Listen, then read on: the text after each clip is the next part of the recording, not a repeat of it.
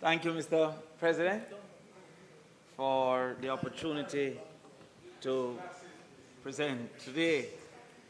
Getting to the age that I have to choose the glasses that's most appropriate. But it is what it is. Mr. President, or the mics? You want everybody to hear me? All right, thank you. Mr. President, I am so happy to see our children here from Dalton James and also from our university, the Carmack students that are present. I'm happy because the class is about to begin. Mr. President,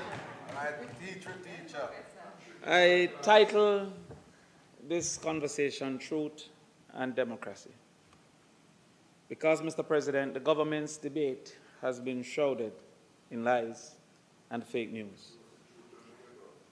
What I'd like for the takeaway today, the takeaway project, I hope my teacher will oblige, is that after this presentation, when they go back to school next week, they should write an essay on the types of lies that were stated in the presentations. There are indeed different types of lies.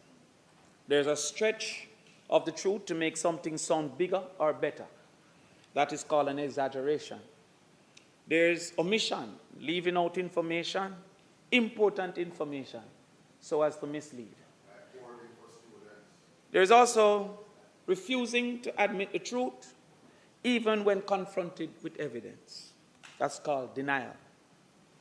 There's fabrication, making up completely false information. Misleading statements, which is statements with the intent to deceive. Blame shifting, lying to avoid responsibility by blaming others. And gaslighting, manipulating someone to doubt their memory or perception. I hope that as of Monday, you can use any of these analyses to tell what types of lies are being told to you or have been told in this entire budgetary process. Mr. President, it is upon us that we are called not just to know the truth, but to stand for it. As children of light, we must mash down lies wherever they rise. For what fellowship hath light with darkness? Indeed, they said love and hate can never be friends. Mr. President, the JLP's entire communication is dependent on one statement that the Prime Minister made, and I quote, he said, there are several generations of young people who do not know our modern history. There are generations of middle-aged and older people who have forgotten. The JLP is dependent on the youth who might not have known and the older individuals who might have forgotten. Indeed, Mr. President, out of the abundance of the heart, the mouth speaks. And the JLP has the heart to mislead, the heart to deceive, the heart to misinform, the heart to misrepresent, the heart to hoodwink, and the heart to hold to power at any cost. I'm sad that a friend of mine is leaving because that heart has been exhibiting itself on their platforms. Yes. Yes. Persons who are friends of mine, my mother asks me sometimes, how do you choose your friends? Have been calling my name in the most way on radio and on the platform. I said, Delano Seabright, Senator Seabright, a friend as well. And by the way, Senator Seabright is the one who started the rumor about shelling down London with Jamaica money. Can you believe that? I was in London presenting an academic paper. They wouldn't understand that because they're not academics. Paid for by the conference. And a friend of mine started a rumor that I was there shelling down England. But I forgave him. Of course, because you're a forgiving. Because when his travel came across my decks in his early times, I could have taken revenge. Because the truth was worse than the lies. But power don't lie in anger. It lies in knowing you could have done it and not doing it. Their mouths, Mr. Speaker, have revealed what their masks have tried to hide. No matter how well you pretend, your words will tell the truth about you. The first set of lies that would have been established would have been along the lines of inflation. And in this case, there is students, I want you to look, there's a line there called total inflation, which is the addition of all the years of inflation. It was put there to indicate that there was a period of PMP governance that had such a large level of inflation that it was 2,249. They failed to acknowledge this was the longest term that any government has ever served. And so therefore, over 18 years, they sought to compare with 4 years. And therefore, the accumulated level of total inflation was an unnecessary segment in this table. The average annual inflation speaks, where it speaks to 18.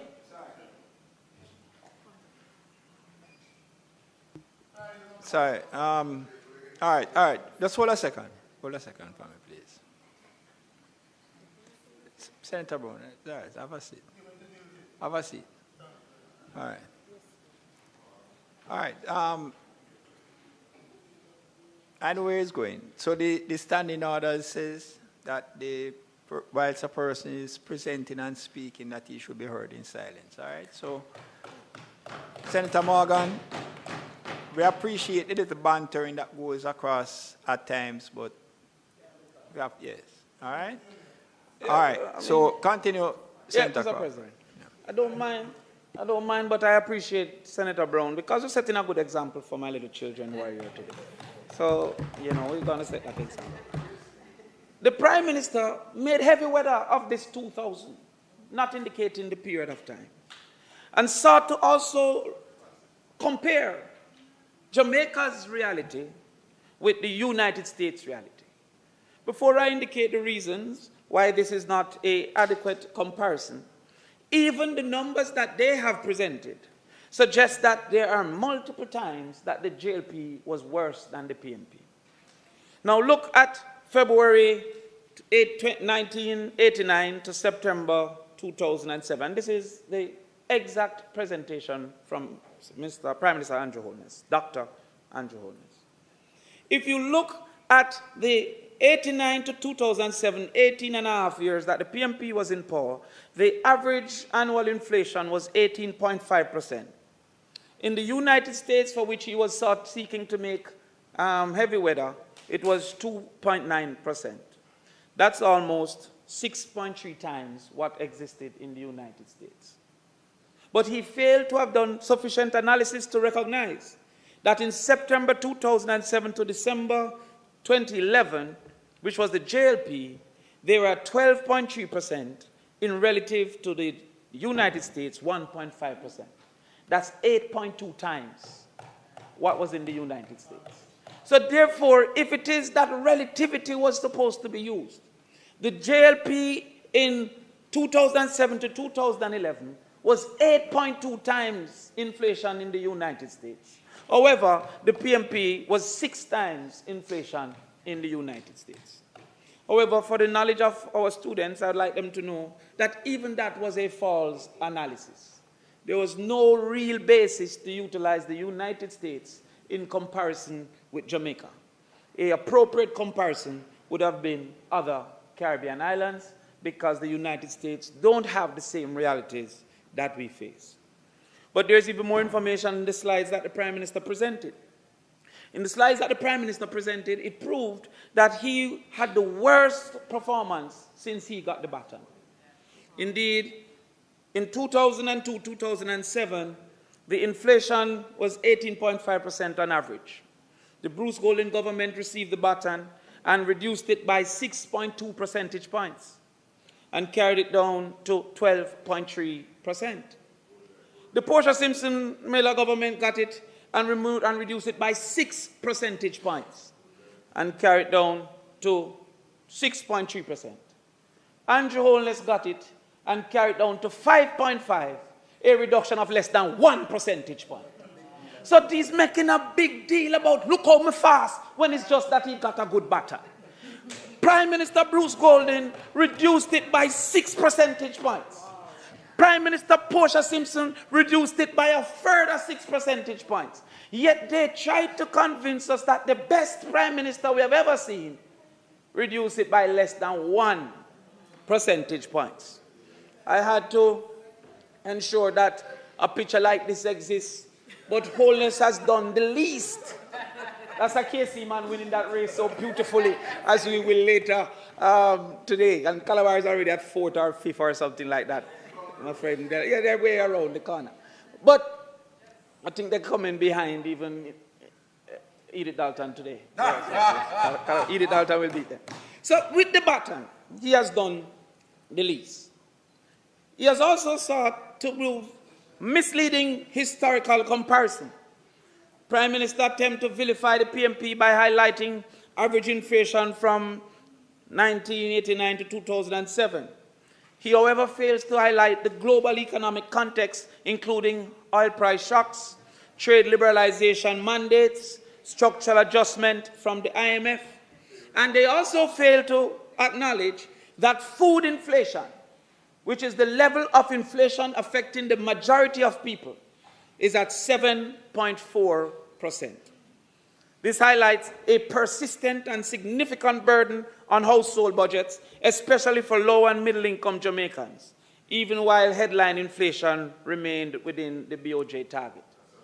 Indeed, in our Parliament, in this Senate, I have made 3 presentations asking for a targeting of food inflation as well as a targeting of overall inflation. Because there are times that the overall inflation disguises the suffering of the average individual who don't spend on the entire basket that exists. They have never indicated that. So the food inflation is outside the target levels of inflation. Therefore, a large proportion of our society whose income is directed mainly to consumption of food is not being addressed by what is being posited by the inflation rate. The next level of lies that we're told would have been debt to GDP. This graph that I'm showing here is the exact same graph that was presented by Prime Minister Dr. Andrew Holness. I'll give him the doctor until I hear further information. But Prime Minister Doctor, I'll give him the benefit of the doubt. Now let us look at the realities. Mr. President, they seek to sell this argument that the JLP are the great debt managers and the PMP is loose with the management of debt. They seek to sell that argument. Well, we have not bought that argument. Let's go to the other slide.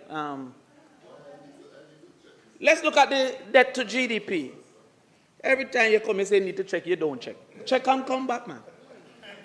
In 1962, the PMP handed the baton to the JLP. It's important for students to know that self-governance and independence are 2 different things. That before independence, we were governing ourselves, and both the PMP and the JLP existed. The PMP handed over the baton in 1962 at 20% debt to GDP. 20%. At the end of the JLP's first term, Bustamante term, and I think you shared that term. Sangster got a piece of it.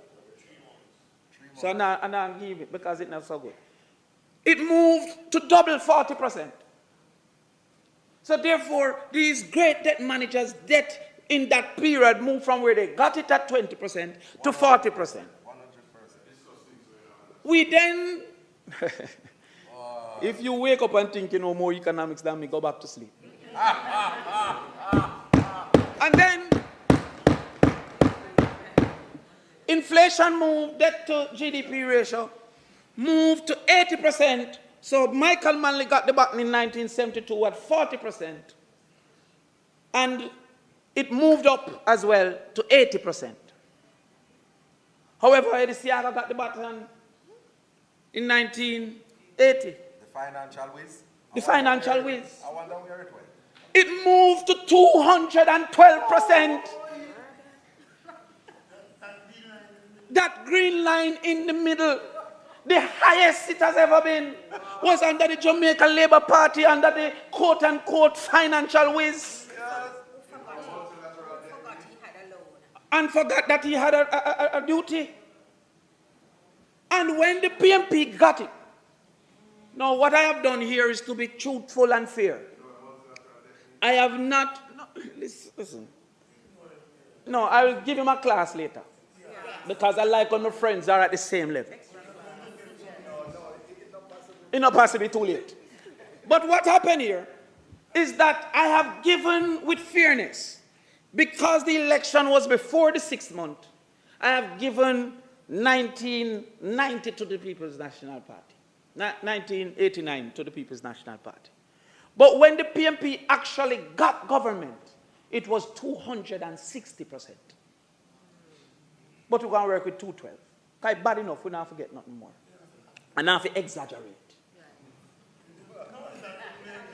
When the PMP got it, Mr. President, this government of the 18 years that they claim was poor in management and was debt-free, what I mean actually ballooned the debt.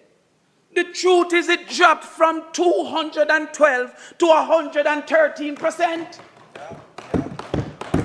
How then have they been able to sell this lie that they are the fiscal party?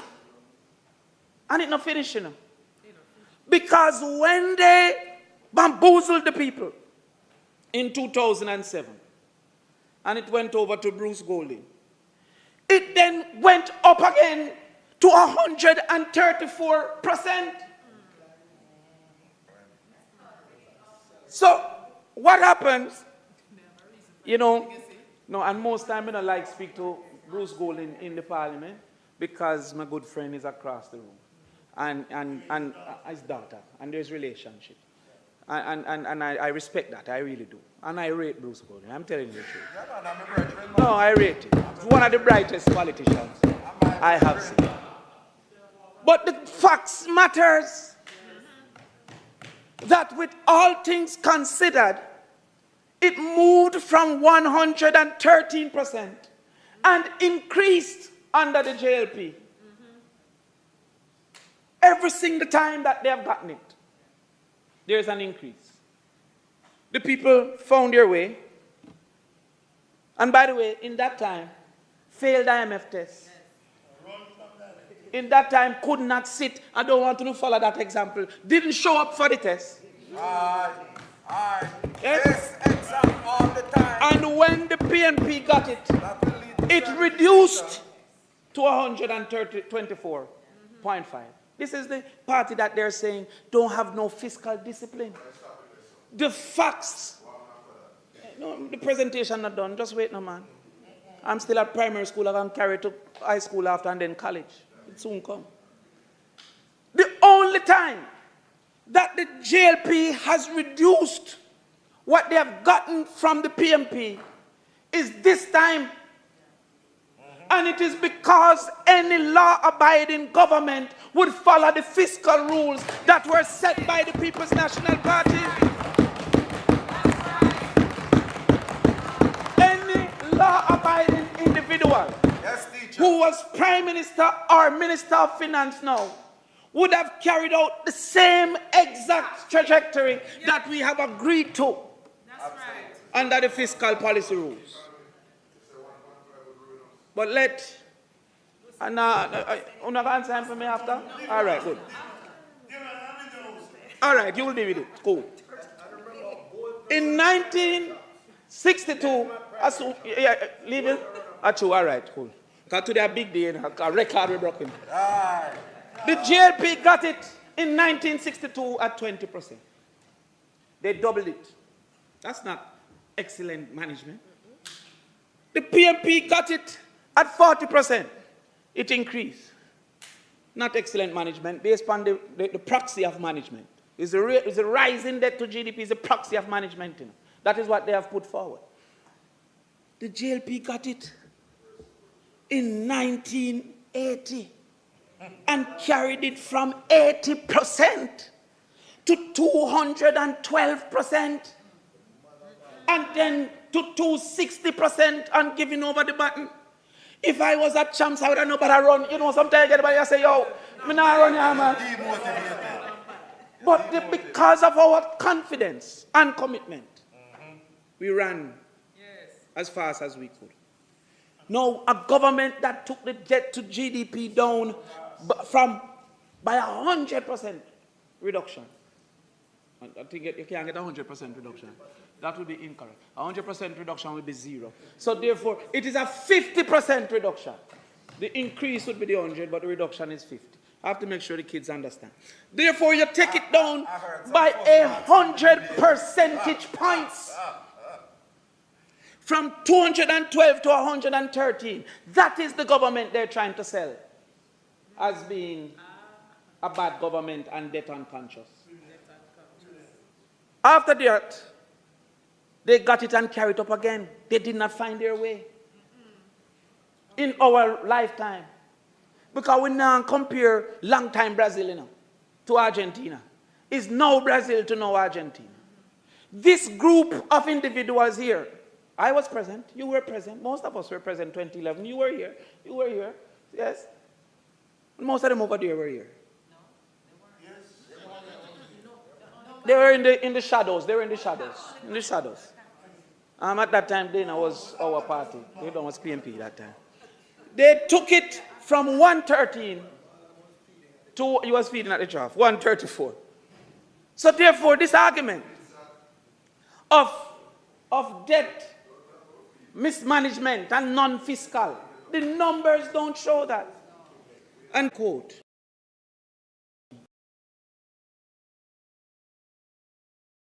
fiscal rules that he's claiming to be father, godfather, or grandfather of. Yes. He suggested that we sold We have a the name country for that in Jamaica. to the IMF. We have a name for that in Yes, Jamaica. your failure, not taking the IMF test preceded it. Yeah. Ready again? If it is, I'm not giving that one. Because that one is exaggeration. Give me another one. Exaggeration. I'm not going to exaggeration. They're claiming paternity. We have a name for it. They're claiming paternity for Jamaica's fiscal turnaround. And they say that the period 2007 to 2011 is proof of that paternity. First of all, let us acknowledge that not even with style is safe. Remember last year in this house, I come and say, I have the paternity and Andrew's not the father. Yeah. The man take the style. They take the plans. They take the ideas and the style. And then over-promote the style and say that he's a good communicator. He rate me, man. He rate me. But let us look in divorce court. What happened in 2007 to 2011? The IMF suspended disbursement to Jamaica in 2011. The IMF refused to give them anything more. It says, during the JLP administration led by Bruce Golding, the IMF suspended disbursement. Let's go into details. February 2010, Jamaica entered a 27-month standby agreement with the IMF. What happened before February 2010? In 2007, the United States financial meltdown. Audley Shaw, the then Minister of Finance, 2008, Yes. said that Jamaica will benefit. Yes. Don't forget also that Andrew Holness was a senior member of that cabinet. Is Bruce at So the while rest? Audley Shaw was the one speaking, he was speaking on behalf of the entire Jamaica Labour Party cabinet. It's like over here on the platform, my friend Senator Steve Wright said, Senator Crawford, I know him like to talk. Like I'm not talking business, we know. It's like saying boat like to run. Man in a running business. He said they're going to raise the tax, and if he said it, then that is the PNP. I can't listen to him now. But he don't want to tell you that Minister Delroy Chuck said, I'm going to legalize Obia. Is that what the JLP going to do? Him going about how he said. They were speaking on behalf of Andrew.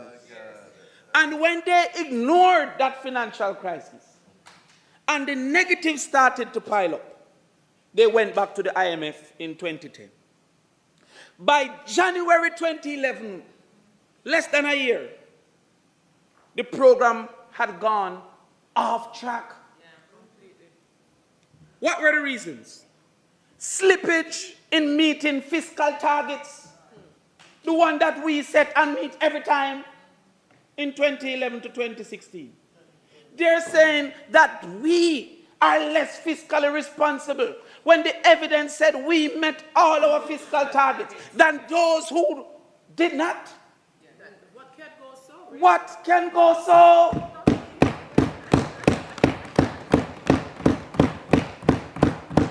And then it says, inadequate progress on structural reforms. Not adequate, you know. Inadequate. The opposite of adequate.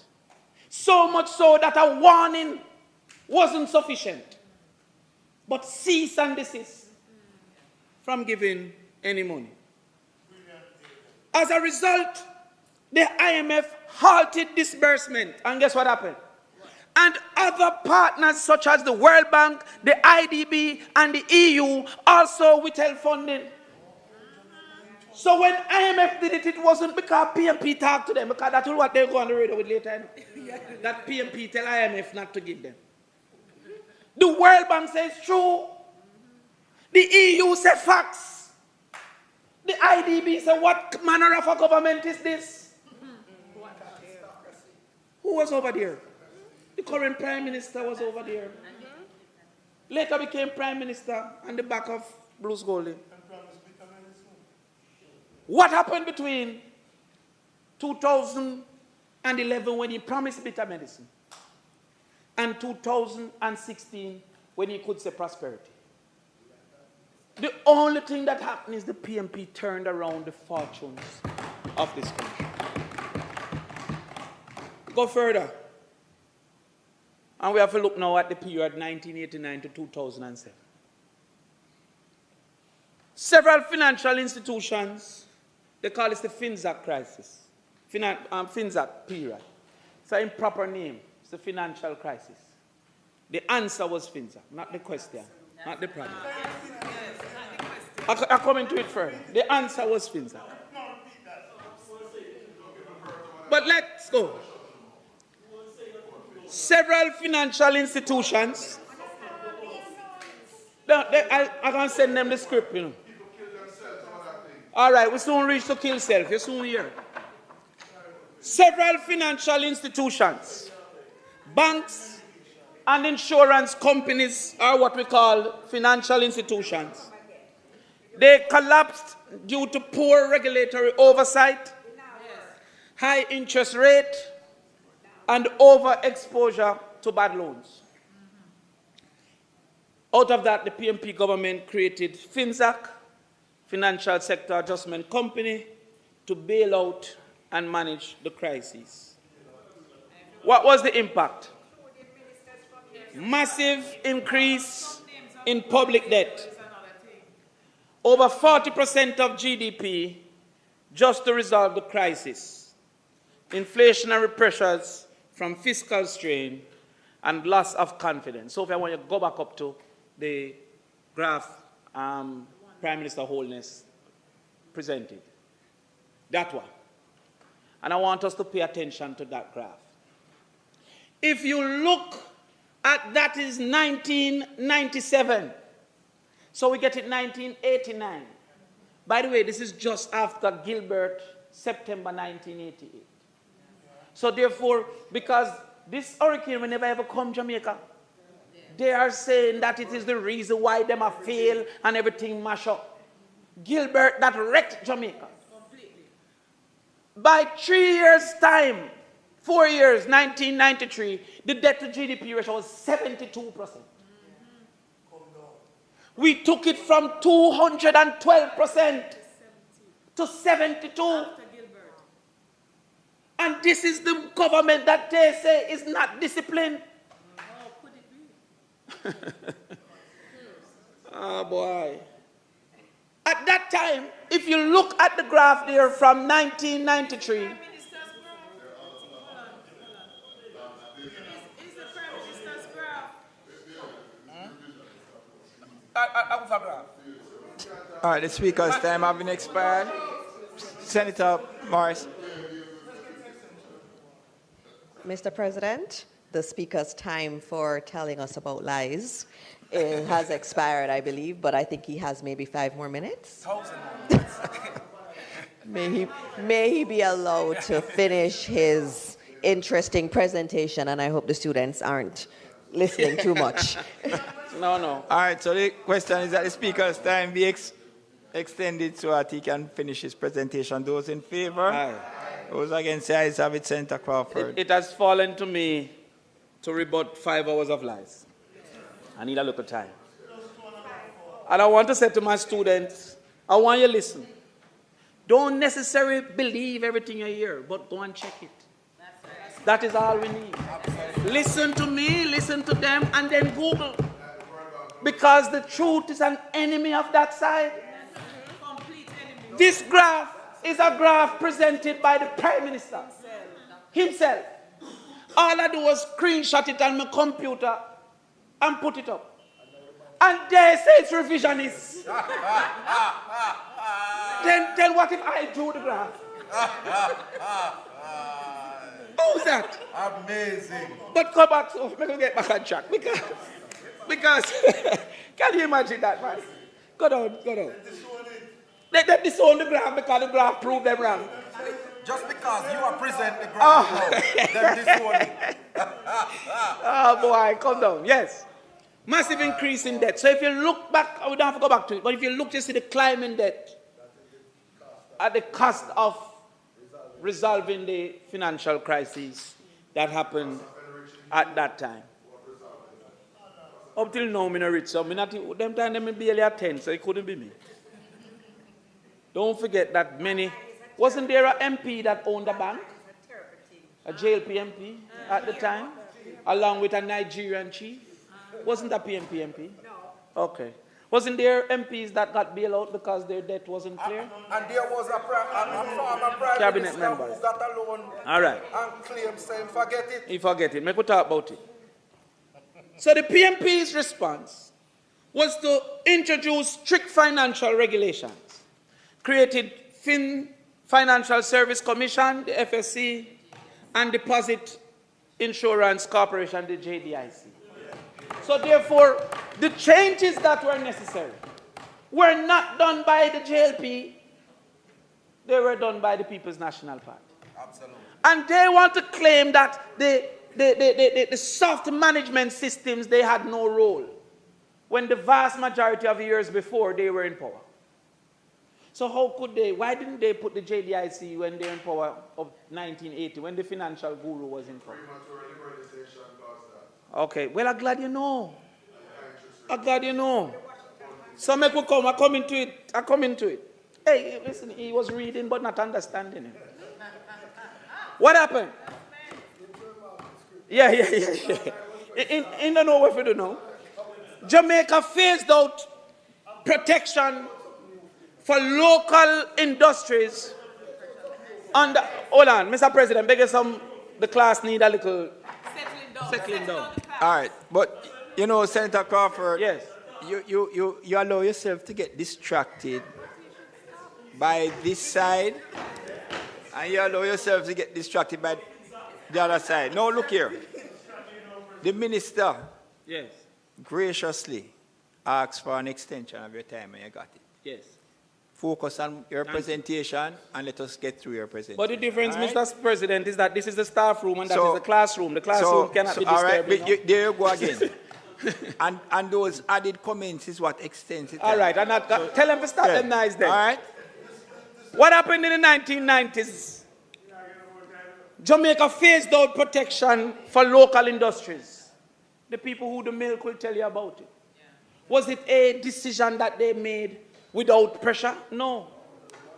That was the IMF saying you cannot get a loan unless you abide to the Washington Consensus. Google the Washington Consensus. Absolutely. The Washington Consensus was fueled by Thatcher and Reagan, who were the best of friends to the Jamaica Labour Party. Absolutely. We can give quotes of Reagan saying that he'll make sure they are successful. They then came and say at this point that the debt to GDP was 260%. If you want any help, you must liberalize farming.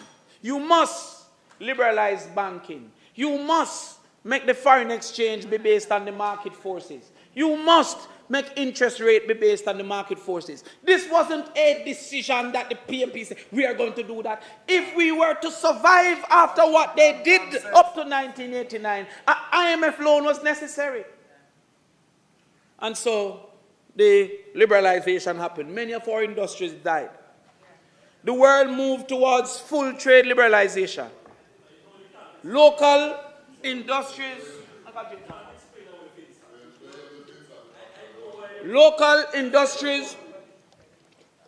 and agriculture collapsed under cheap import.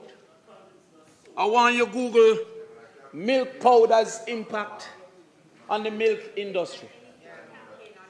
Job losses and rural dislocation. Currency depreciation and inflation as markets opened rapidly. What was the PMP response? Introduce social safety net like PATH. Yes. Anybody who benefits from the PATH program should be reminded that that is the work of the People's National Party. It then focused on tourism and services to replace lost industry. They used to say pipeline when we were seeking the Spanish to come. Yes. We carried the Spanish here. That's right. We established the processes for, at that time, sandals to grow, and at that time, breezes, super clubs to grow. Yeah, man. Don't worry yourself. You soon get an explanation. What happened? Global oil prices spiked during the Gulf War and again in early 2000. Jamaica being oil dependent saw increased transportation and electricity costs, and of course bauxite would have faced challenges because of the energy consumption that it did. Notably, there were some events. I hear they crying about what this last one named Beryl. Beryl touched down on St. Elizabeth, and after Beryl, I was out the next day driving up and down. What happened in the PMP's time? Hurricane Gilbert was September 1988. So therefore, it lingered over into February 1989, which we had. Hurricane Ivan was in 2004. Hurricane Dean was in 2007. Destroyed crops, infrastructure and homes, created food inflation, reconstruction costs. The PMP had to deal with that. The EU ACP agreement ended. Now, because we were, what do you call that again? We were colonies. We had a preferential treatment where we sell our bananas at higher prices. So Britain was saying, we're going to give you some repayment for what we have done. And they did that with special banana prices, special sugar prices. Senator Crawford, address me now. Oh, you want to learn too? All right. So they did that special banana prices, special sugar prices. When Chiquita and Dole, Mr. President researched Chiquita and Dole, carried up. What I want you to do is address the bill before me. What you are doing, what you are doing, I want you to address this. Oh, no, can't take these licks.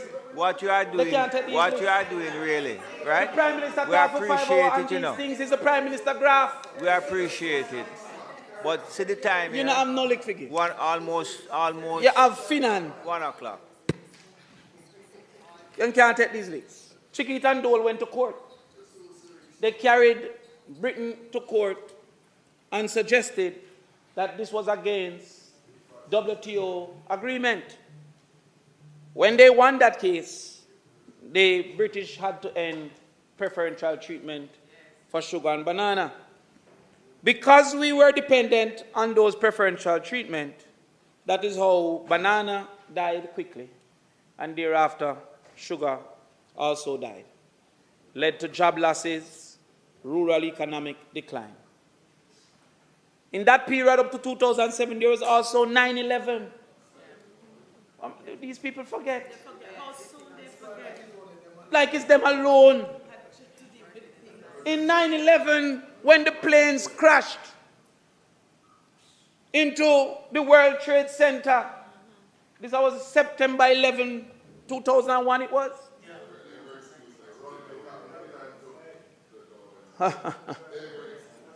GDP growth slowed, government revenue dropped, tourism massive decline, and it wasn't a world lock, world open. It was a fear of travel that permeated the world and lasted for a very long time. But in spite of all of that, in the period 1989 to 2007, the PMP ended IMF borrowing relationship and passed 12 consecutive IMF tests. The IMF test has been used over the last 9 years as a proxy of good governance and fiscal responsibility. Yet the passing of 12 IMF tests in that period is ignored to say that they were fiscally impossible. The same reality. Macroeconomic reform happened. They managed the fiscal sector crisis through FinSAC, protected over 1.5 million depositors who had money in the bank, and 570,000 policyholders. They also did Highway 2000 and finished Highway 2000, not in the same way they're doing now over into St. Thomas, that you have to dig up and repave and flood out people's yard. Airport modernization,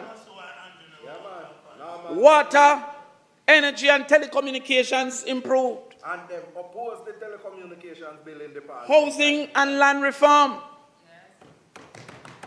In that period, the PMP government built 150,000 houses, include completion of Greater Portmore with over 10,000 homes.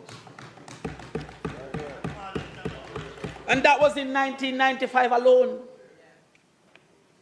58,000 families received land titles under what they are trying to malign, the Operation Pride program. Health system strengthened. National Health Fund was established by the People's National Party. Major hospital upgrades.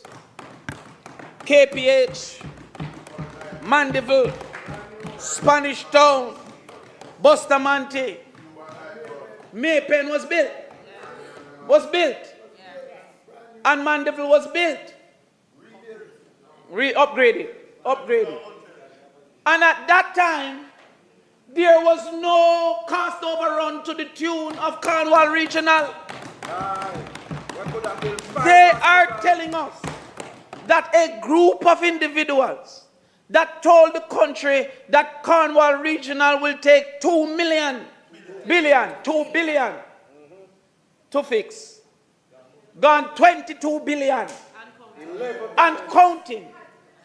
And they are fiscally responsible. Beg some protection. None of us in this room, anything Is it not true that it reached 22 billion? It's true. Is it not true that the projection was 2 billion? That's true. Is it not true that it has been changed about 6 times? That's true. Under 8 years. 8 years. 5 billion more? Yes. You can't answer when I your time.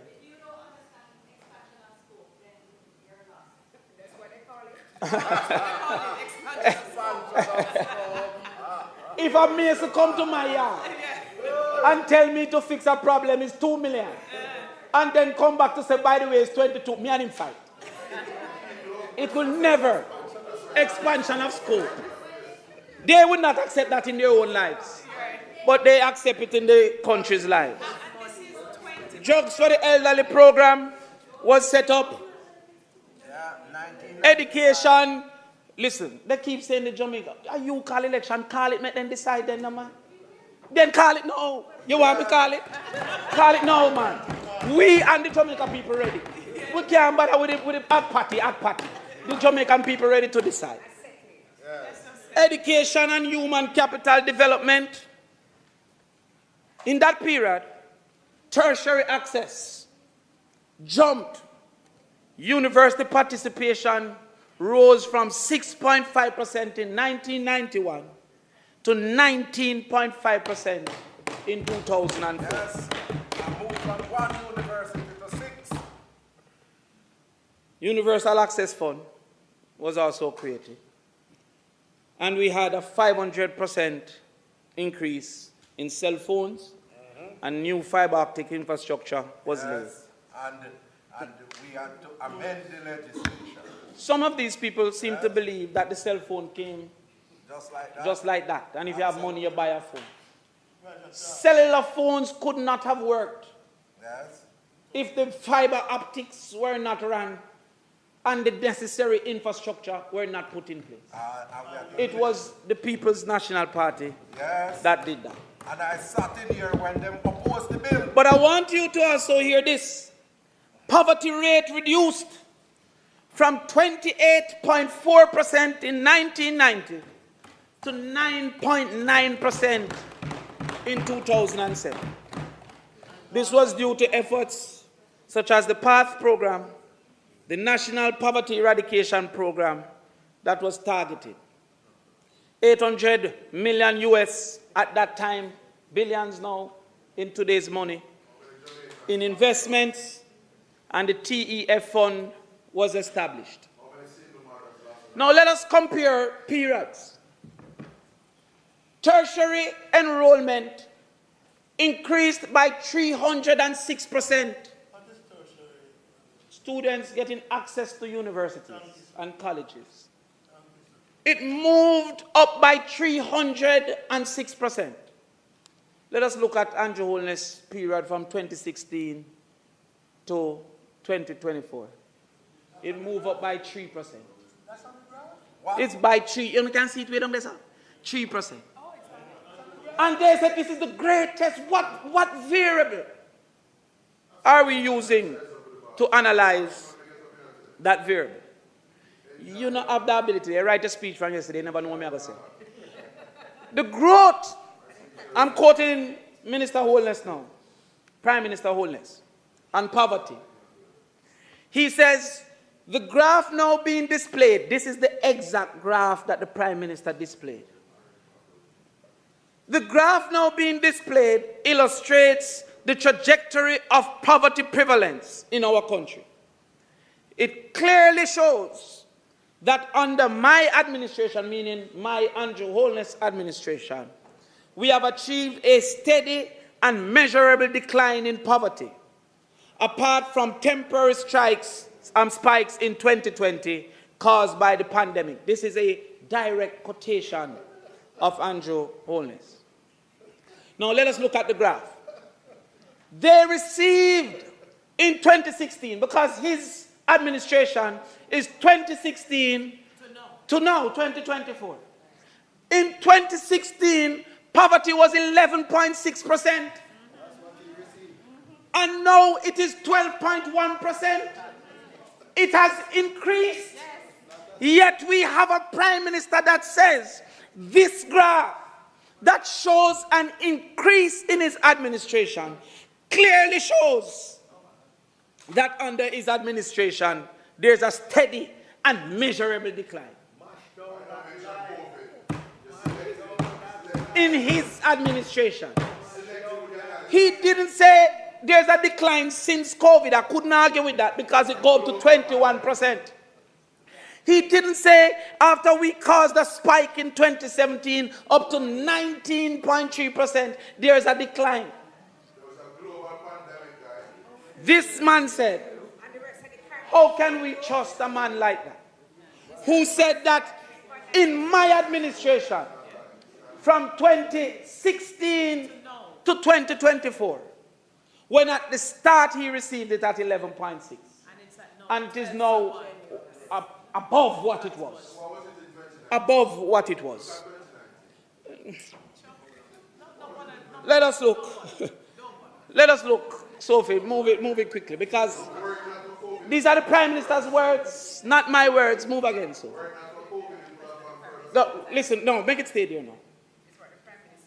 This is what poverty handing over was. In 1988, the JLP handed over to the PMP a poverty rate of 30.5%. Senator Bunting, you seen that? I want you to put on your glasses good. 1988, the end, that is the last part of the year now. So we give them just that now. So we get it 89. 30.5%. The PMP administration that they lambast took it down under PJ Patterson and Portia Simpson Miller later to 9.9%. Absolutely. Hold on now. Hold on now. The JLP then won in 2011. So we give them it 2007. We give them it at 9.9. They carried it to 19.9%. You hear what I say? More than double it. Come again now. So what about Fiscal? Wait no man, make them stay no man. We don't have time for talk. Wait. The PMP got it back and moved it from 19.9 to 11. Which party is the party for the poor?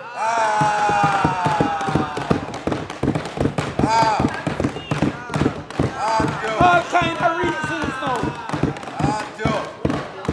You should apologize to the people. Google it. Google it. No, Google all behind time. AI it, chat GPT it. Yes. You know what? Deep seek it. Make a repeat. In 1988, the last day of 1988, poverty was 30.5%, created by the administration of Edward Seaga. That's the year we started to measure. The PMP started now and fought everything that we fought, including what they say is FinZac, including Three Hurricane, including liberalization, including IMF, including bank failure. We took it from 30.5 to 9.9. Absolutely. Absolutely. Complete analysis. They then, so we saw the trajectory that was happening. Yes. And the people say, you know what? Make us see what go on. Some young people said, I never seen no labor right there. Let me try. And they won. What happened? It moved from 9 to 19%. Based on what they're saying, labor rights salt, man. Every time they come in my shop, every time labor rights come in, something go wrong. We don't want a more salt government, man. They then take it from 9.9 to 19.9. All right? We take it back. And what happened? It went down again dramatically to 11. And the Prime Minister, who says that clearly it is going down under his administration, have moved it from 11 to 12.1. What can go so?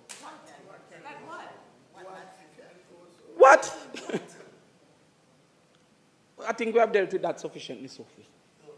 Madness. No, let's look in the madness. No, that's Marlon written up here. This is the Prime Minister's quotation. It's for them words me I use, you know. Use it. Go ahead. And for them graph.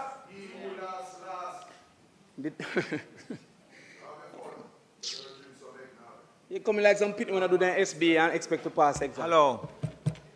Just continue. A one-sided thing. I don't understand. But you don't sort of just did. I asked him to just leave you alone so you can continue. He doesn't have that in his repertoire, sir. I just move on. All right, thank you.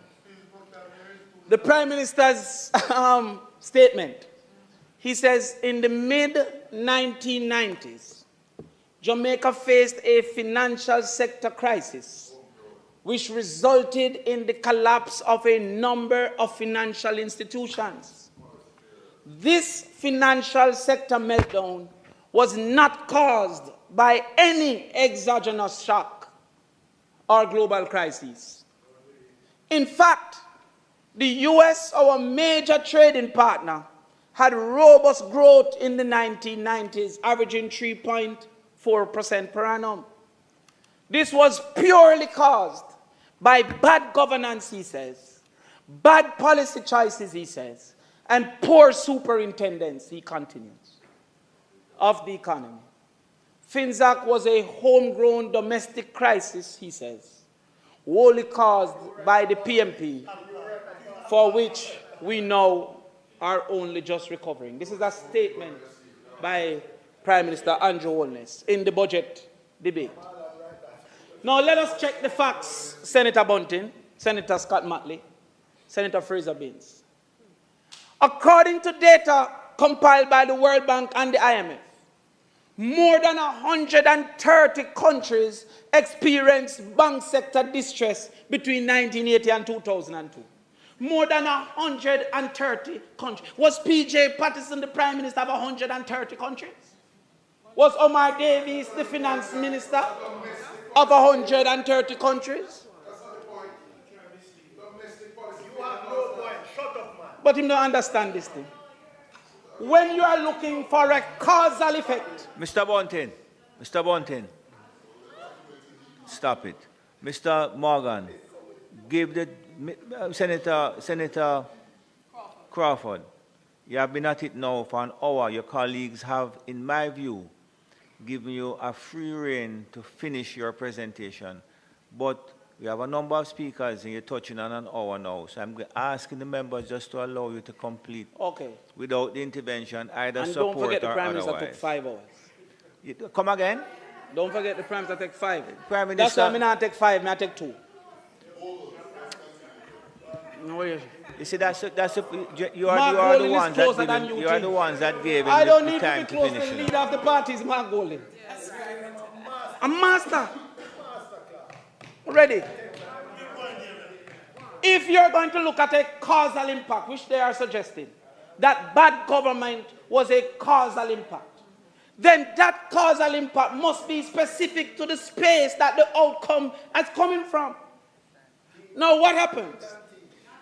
Crises in over 40 developing and transitioning economies. Many required bailouts. Asset management companies were formed, such as FinZac and IMF programs to stabilize. Let's have we move quick, so make we move quick. What were some of these countries? Countries such as Mexico, Thailand, Indonesia, North Korea, Malaysia, Russia, Turkey, Brazil, and yes, Jamaica. Go again. Come here, hurry up now. Some countries did not save their depositors. Some countries did not intervene on behalf of the pensioners, the poor people. So there were places that people lost money. Saving the money of the depositors was a conscious decision of the People's National Party government. Here. We see Argentina, Russia, Kenya, all of them lost. Come, we have moved quicker. I don't want to stop me before I reach the sweet part. I don't reach the sweet part yet, you know? No, make them stop me. Give me back that, Sophie. Yeah. Come, give me back that. No, I can't skip that. I don't want waste no time. Give me, go ahead. A question we should ask the JLP is what was their alternative? What would they have done if that wasn't the case?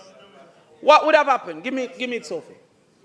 If the PMP did not intervene, there would have been over a dozen financial institutions that would have been already insolvent or on the verge of collapse. Without intervention, many more would have collapsed. Loss of depositors' funds, especially small savers, poor people. Loss of pension savings for retirees. Frozen or inaccessible accounts, triggering panic. Widespread loss of public confidence. Move, Sophie, we have to move quick because they want to stop us. Massive contraction in credit investment. Business would be unable to access loans or credit lines. Small and medium-sized enterprises, which are critical for employment, would have gone bankrupt. This would lead to mass layoffs, reducing income and sharp recession. GDP would plummet due to business closure, decreased consumption, investors pull out. Pensioners and workers would have been devastated. Many older Jamaicans would have fallen into poverty, unable to meet basic needs. Social unrest and instability would have evolved. Crime would have risen. We'd have lost international credibility and can't get any debt to borrow at this particular point in time. The only way to protect depositors and maintain systematic stability was for the government to buy out the bad loans, recapitalize key institutions, and rebuild confidence. And was there a cost to that? Yes. We had to borrow to be able to afford that. Move ahead because we don't want them said. But we'll put out the slides. That will show you what happened in other countries that didn't do it. We'll put out the slide. It was hard, but a wise decision. You can Google Argentina versus Jamaica financial meltdown. Come again. What would they want us to do? They will want us to follow what they're doing now with SSL. That when people like Bolton and some other people lose their money, them tell them hold up them stress. That is what they would have wanted us to do. They would have said that is fool who put it in there, is not we telling them. Had we done that, there would have been straight destabilization of our society. Let's go to unemployment. Yes, because me I try hurry up. It's not being allowed. Don't rush. Talk to me now. All right, then talk to me. Let's go to unemployment. No, I'm not questioning. Give me a chance. Take a sip of water. Take a sip. Take a sip. Take 2 sips. 3 sips if necessary. My sign language expert is tired right now. Let's go. I'm not questioning the measurement of unemployment. And it suggests that 3.5% unemployment exists. However, Mr. President, we're nowhere near full employment. In economic terms, full employment doesn't mean zero unemployment. It means that nearly everyone who wants to work and is actively seeking work can find a job. A rate around 3 to 5 is often considered full employment by global standards. Now, within that, you have other types of unemployment, hidden unemployment. There is the L2, which is the number of persons who want to work for 40 hours, but not working for 40 hours. So therefore, they're underemployed. Like a man get a day's work or 2 days' work, she go wash, she's underemployed. So when we say underemployment, it's not only a person working below the job of its qualification, but the consumption of its hours is not to what they desire. And then there's L3. There's people within the potential labor force that they're still interested in working, but them not find none. So them kind of not look, but they're still interested. But let us move forward. So that's hidden. However, the working age population, and this is from the book produced by the government, the FPP, the fiscal policy paper. It says working age population is 2,156,000. Willing to work is 1,468,300. Not seeking work is 687,700 people. Listen again. Now, they are not factored into the consideration of our unemployment rate. So it seems we have an unemployed and a not employed, which is different. Oh, okay. 687,000 people. Now, if we put our head in the sand and celebrate the full employment 3.5, we almost have to import people and not look at 687 people that have surrendered. 1,000 have surrendered. Come, let's go. No, I am not trying to exaggerate. So in my research, I found that the workforce is really 14 to 75. So there's some within that 687 that shouldn't legitimately be in that because they'll be in school and stuff like that. So therefore, I removed in school 144,000. And I removed 65 plus 231,000 because I'm not trying to lie by exaggeration. It still leaves disengaged labor of ripe labor age, 312,000. There's no policy, there's no promotion, there's nothing in the budget other than $20,000. All right, we'll soon reach that.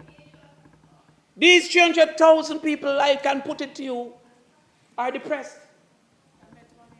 No wonder they're seeking to divert their mental state from morning till night. The only way an individual can seek to alter their mental state through alcohol consumption and drug consumption from the time of waking up to the time of going to bed is if they're in mental pain. They have given up, become fodder for gangs. Not in the budget.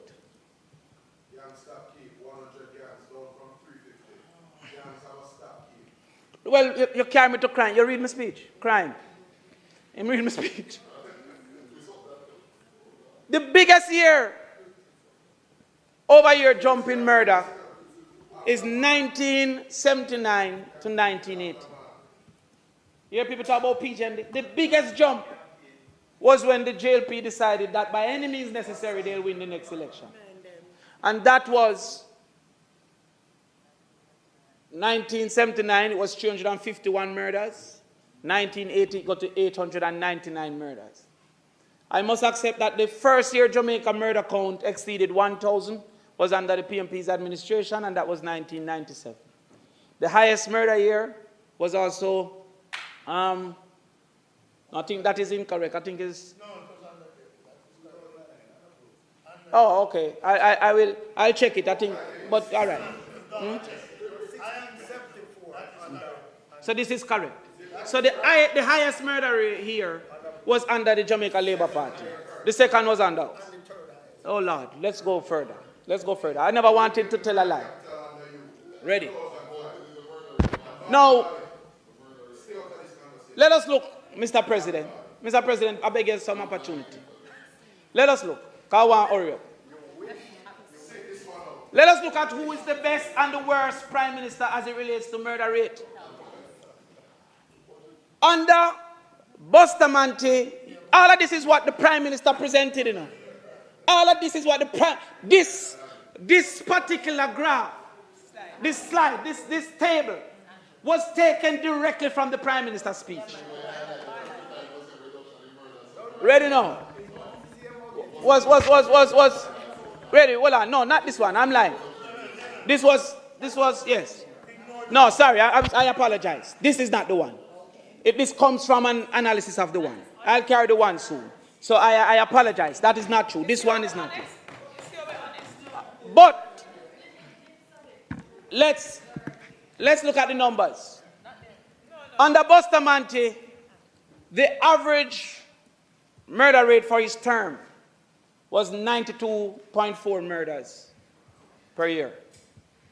Under Michael Manley, as Prime Minister, 1972 to 1980, the average murder rate for his term was 362.78 murders per year.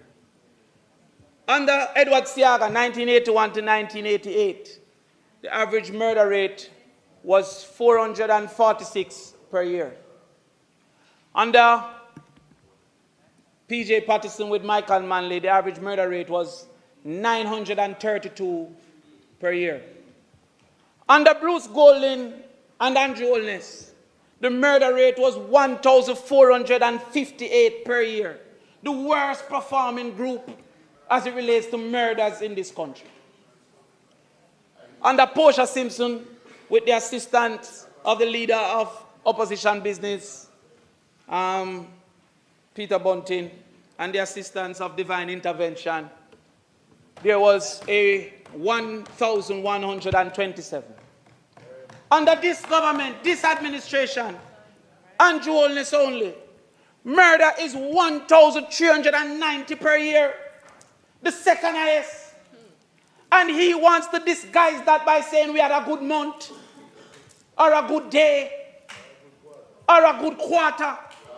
Under his superintendence, murder is 1,390. Go further. Yeah, we good, man. Call it Andrew. Look at the graph there. Senator Brown, you don't have to stand, you don't have to get up. Senator Brown. And the acting chair spoke to him. I really believe the decorum of the Senate. You talking about decorum? Yes, I am doing so. The decorum of the Senate. Hello, please. Hello, please. Senator Brown, I hear you. Gentlemen, ladies, members of the Senate, please allow the member to complete. I'm coming to the Go ahead, Senator. It's just... You don't want to be associated with what's being... Senator Brown, I need to apologize to you. You rose and said that it was a question of decorum, but coming from you, I found that a bit startling. But I apologize. Well, make a hurry up. I want to finish. Mr. President, look at that. Look at that graph, Mr. President. Mr. President, look at that graph. The Prime Minister has suggested that the superintendence of crime is a proxy of performance. They have said that. I heard a radio station said the murder Prime Minister is P.J. Patterson. Well, let's look into it. The Prime Minister said in the budget that the control of crime is essential for development. This is the budget. The highest year of yearly murders in this country, under the highest average of yearly murders in this country under any government, was under the Bruce Golding 27 to 2011. The second highest year is under Andrew Holness. And yet they say they are better at managing crime than the PMP. How? Them say this is the start. The numbers are there. You have the numbers. So what is the fact? They never dead? What happened? Give me something else. Let's look at this iteration. From 2012, where some of us were present, to now. The gold medal, 2017. Highest murder rate in this period, 1,600. Just look at the whole of the front part. Them that dominate champs. JLP 2017, JLP 2022, JLP 2021, JLP 2023, JLP 2016, JLP 2019, JLP 2020, JLP 2018.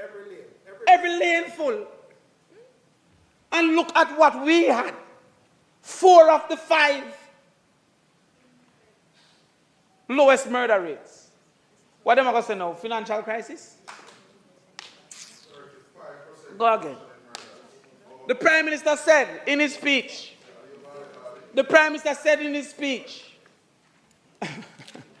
If you increase it and decrease it, how you forget praise when you don't reach where it was when you got it? I don't understand what they're saying. Let us recall the Prime Minister says, and this is from his budget speech, I quote, let us recall that the drop in murders from 2009 to 2014, for which the opposition seeks to take credit, was a direct result of the SOE launched in May 2010 by Jamaica Labour Party administration. Remember what I tell you they're depending on, that the children don't know and the adults have forgotten. Let me remind them. The May 2010 state of emergency was not an effort or a decision to fight crime. It was based on the fact, you know what you said, that there was a crisis in Tivoli Garden. In 2009, let us remind the people, the United States requested the extradition of Dodos Cook, Yes. who was a known gang leader Yes. and a considered head of the Shower Posse, Yes. Yes. a violent transnational criminal organization. He was also seen as a powerful figure with political loyalty to the Jamaica Labour Party. Facts. Ready now. The government chose to delay from 2009 to 2010. The Jamaica government under Prime Minister Bruce Golding resisted the request for the extradition Including Andrew of, Holness. he was leader of government business. Yes. Andrew Holness was a senior member of the Jamaica Labour Party. Absolutely. Yes. The JLP then hired a firm. You hear what I said they did? They hired a firm to block the extradition. Manat, Phelps, and Phillips. No. You don't have to in the break. Yeah, make we take it. Make we hear. Point of order. Yeah, it's a point of order. It's a point of order. Mr. President, whilst we all tend to be liberal in respect to presentations that are made by members, and I think that the comments, a lot of his presentation is irrelevant to the bill. It is irrelevant. It is irrelevant. Well, take the point there. We are in this chamber, and there is a standing order that says that presentations must be relevant to the bill, not relevant to any discussion that may have taken place or debate that have taken place elsewhere. Right? And Senator Crawford has been given wide latitude, Mr. President. And I'm asking Senator that Crawford, you hear what the objection is? Yes. must Can be I relevant respond, to the Mr. bill, President? related to the bill. Can I respond? Senator Brown. It's important. Is what you're addressing. I am addressing. That's not what, in this bill? Yes. Yes, right. No. Minister of National Security. Everything. Yeah. But But you don't have wide latitude Can I answer, to speak Mr. about President? everything. Because I want to finish. No, when Senator Brown and Senator Sinclair finish, I'll address But you. sir, I want to finish, sir. Make Senator Brown go on. We have the 400 hurdles we go watch.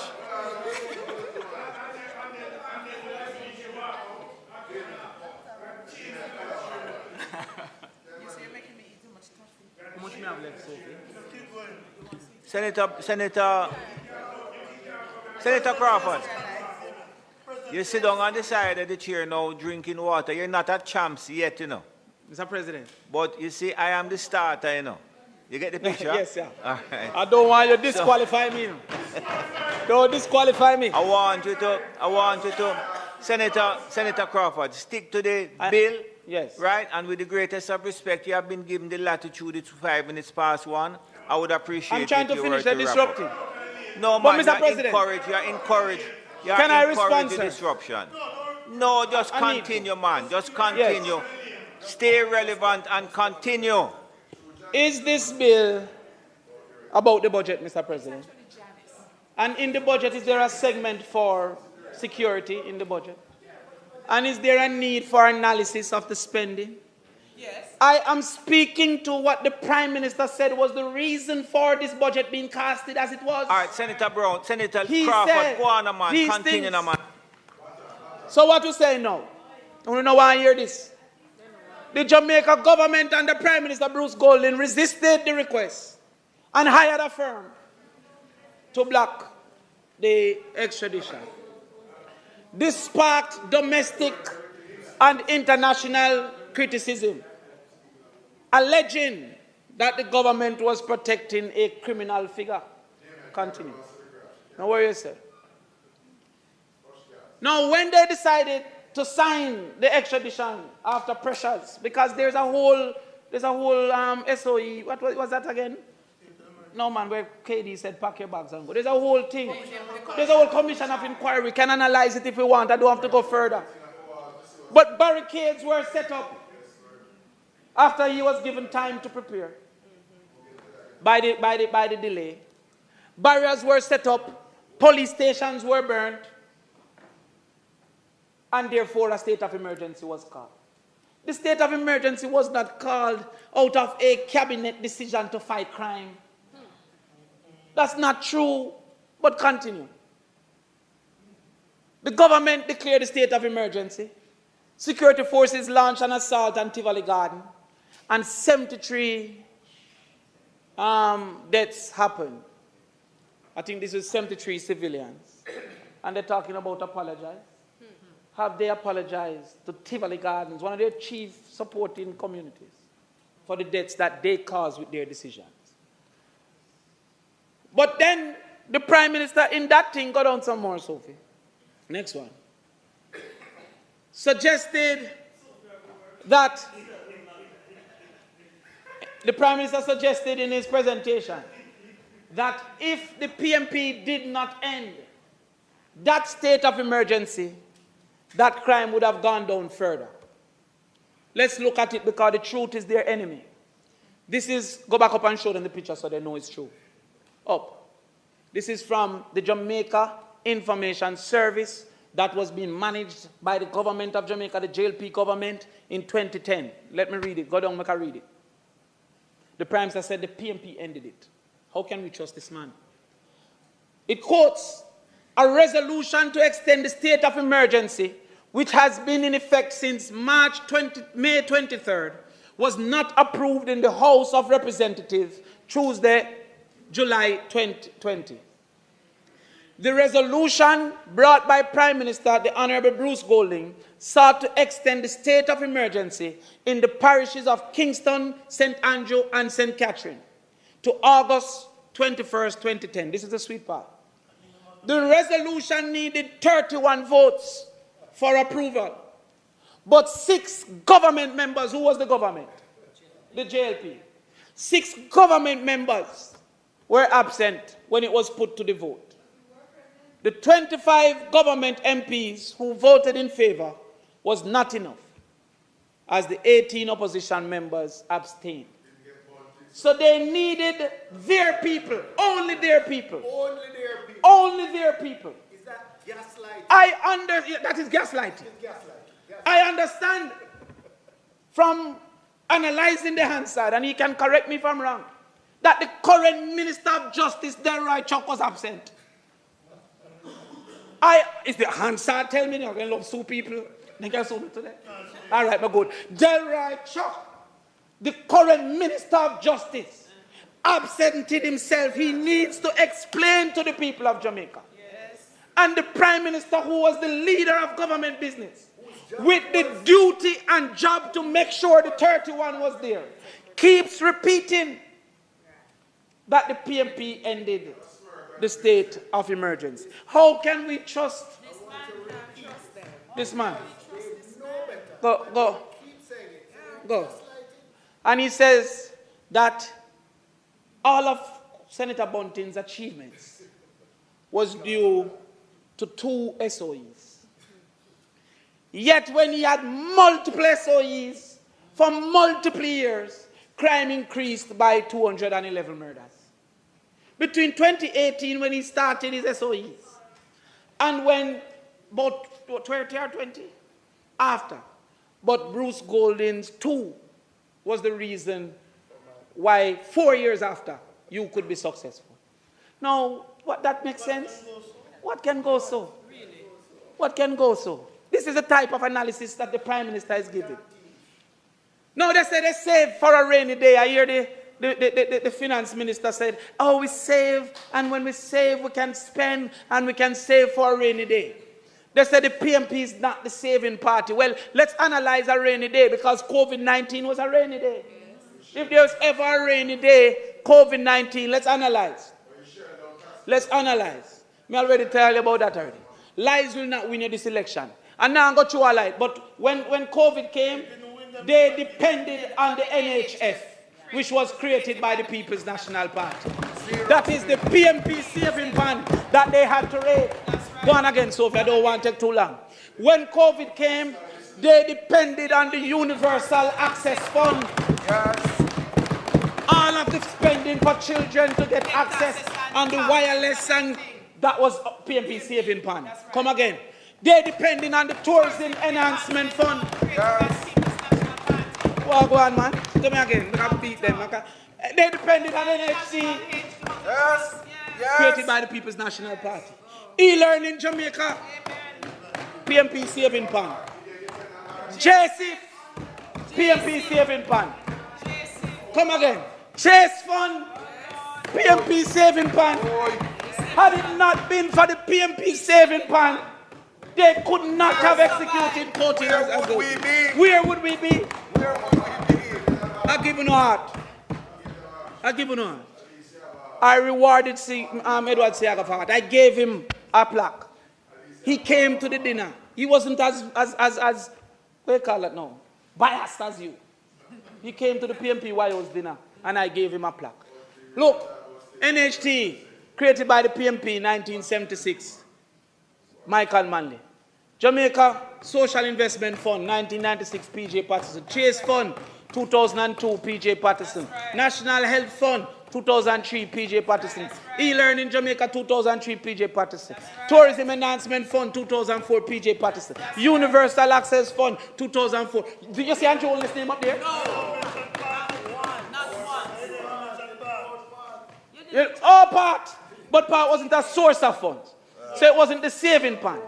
But it's a program that they're depending on. But I'm showing you that how is it that the band raiders are saying that they're better than the farmers of the corn? Argument. They don't want them liquor, man. Argument. Well, now we're going to some ideas galore. We're hurry up in us. Ideas galore. First they said, we don't have no idea. What stupidity is that? How could a collection of over 4,000 people have no idea? But they say we have no good idea.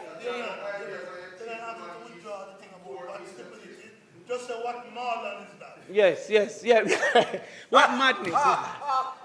Now, when we link them with ideas now, they say it wasn't costing. I want any Jamaican to go to the presentation by Andrew Jonas in 2015 in this parliament as leader of the opposition going into the election and tell me where his costings were. Yeah. Just go and look back at that 2015. I don't need to tell nobody nothing. Go look, right? Yeah. It has never been. Never been done. The itemization of each project in the opposition leader's speech. Never been. Give me a chance. Come now. They will steal some ideas. Ready now? Minister Williams' assumption. Minister Williams says that the opposition promised daily lunch meals at primary and secondary school for all children who are in need. I want you to listen to that, you know. It's a quotation to say for all children who are in need. The government currently spends $9 billion for 200,000 children to get breakfast, snacks, and midday meals for 190 days. If anything is putting this country at risk, it is this minister that is putting this country at risk.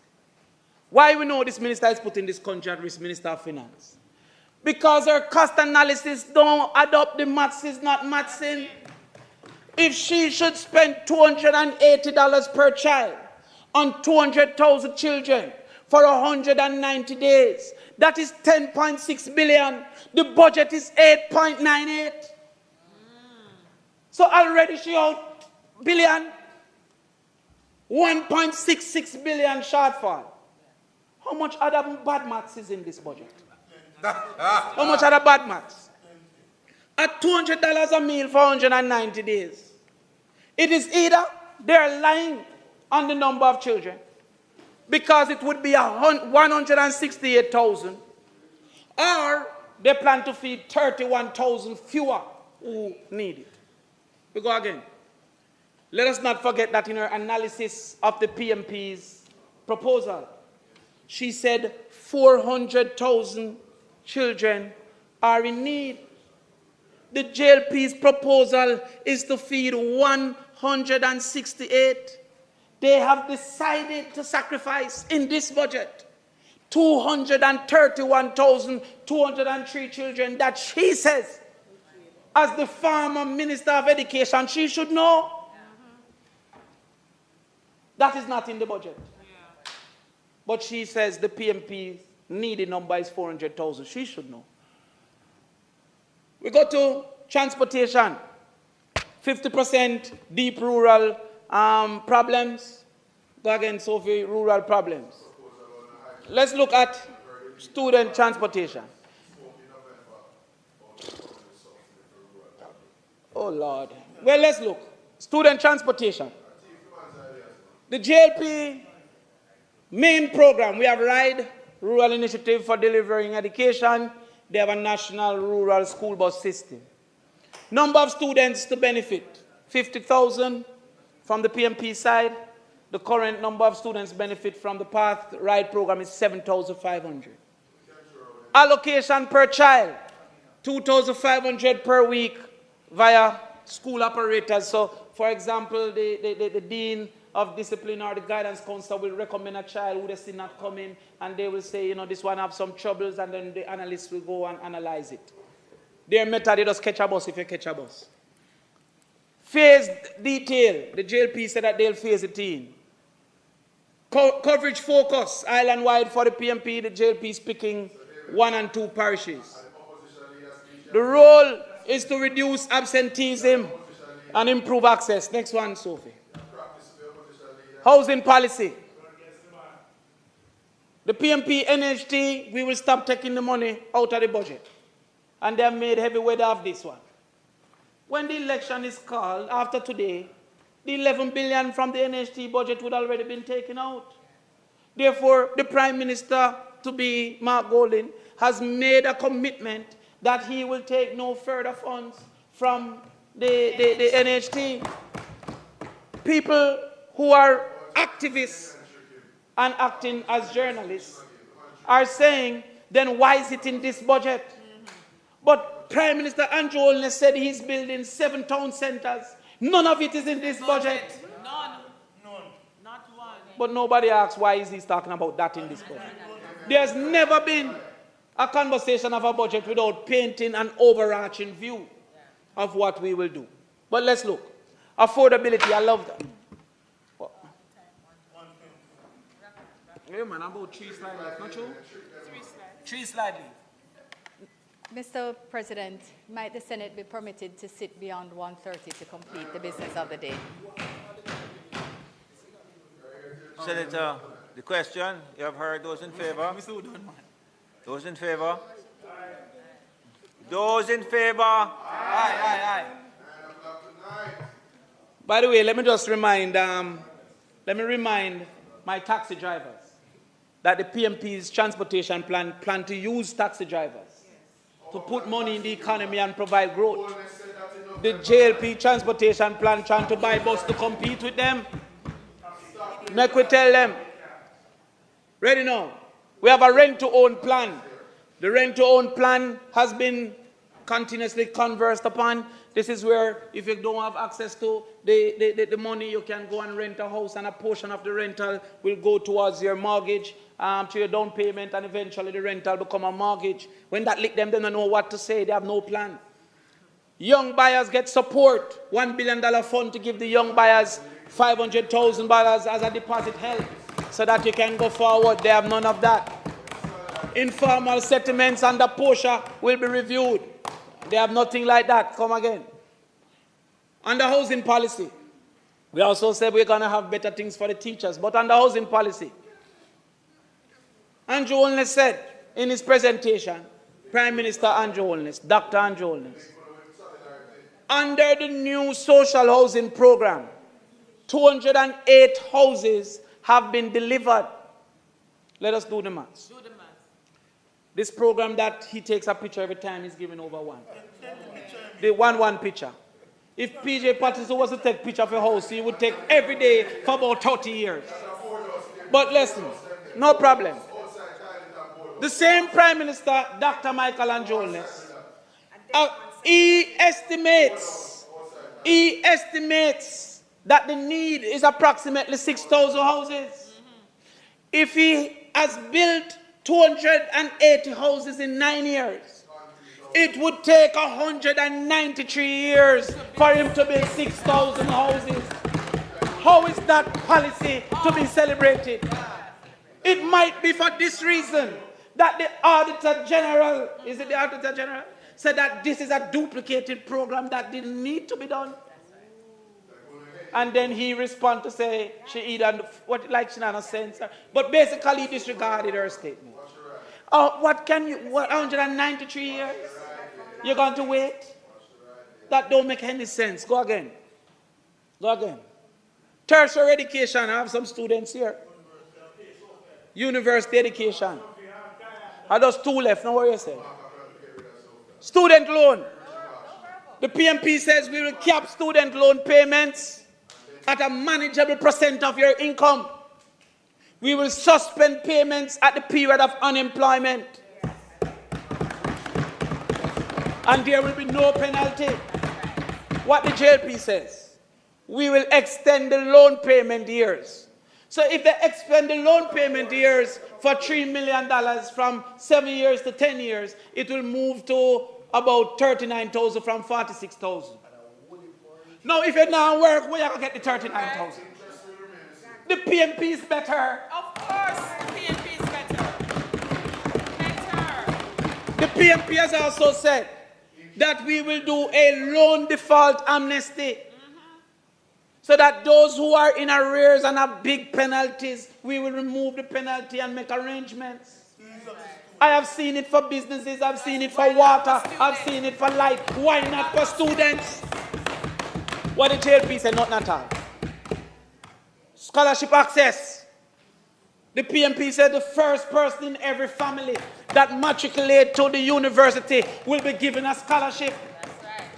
That is 6,500 based on our calculations. What the JLP said.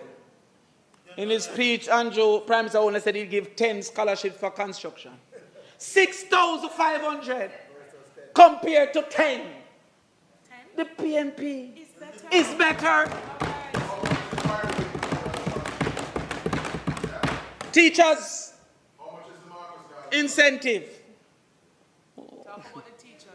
The teachers will get student loan relief for every year that they remain in the classroom. Because we must fight to maintain our teachers.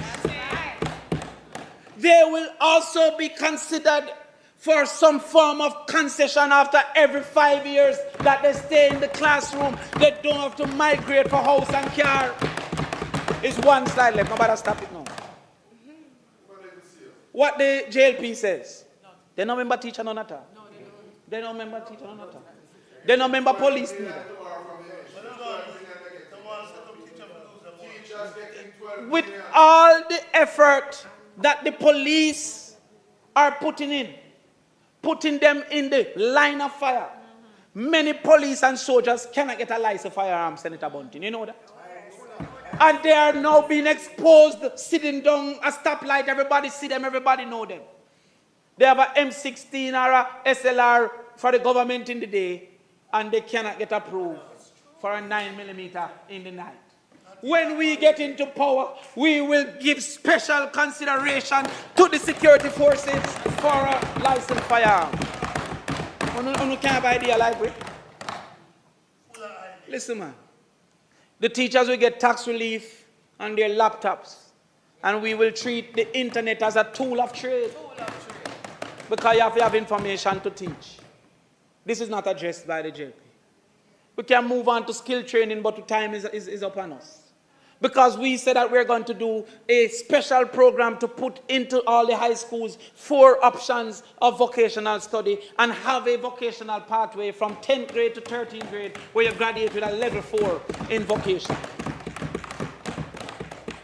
They have proposed special projects such as lift and care programs and mentorship for students. I don't know. Go ahead. The PMP is better. Now let us look at quickly total children or total youth age 17 to 19 to 29. I only have 1 slide left. Enough to stop me now. Just 2 more lick and everything all right. Just 2 more pop. Just 2 more of this. No. Nobody watch my style. Can we teach it? Me.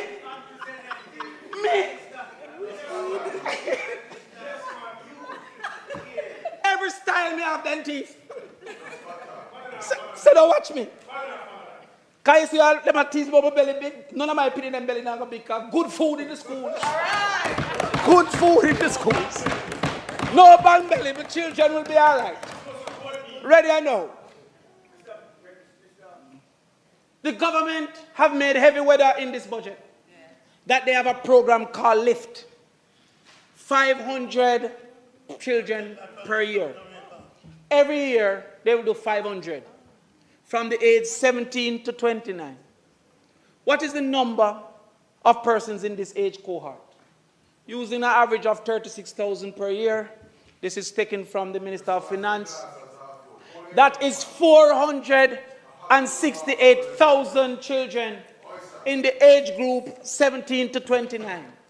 The government has made heavy weather of a program that is going to do 500.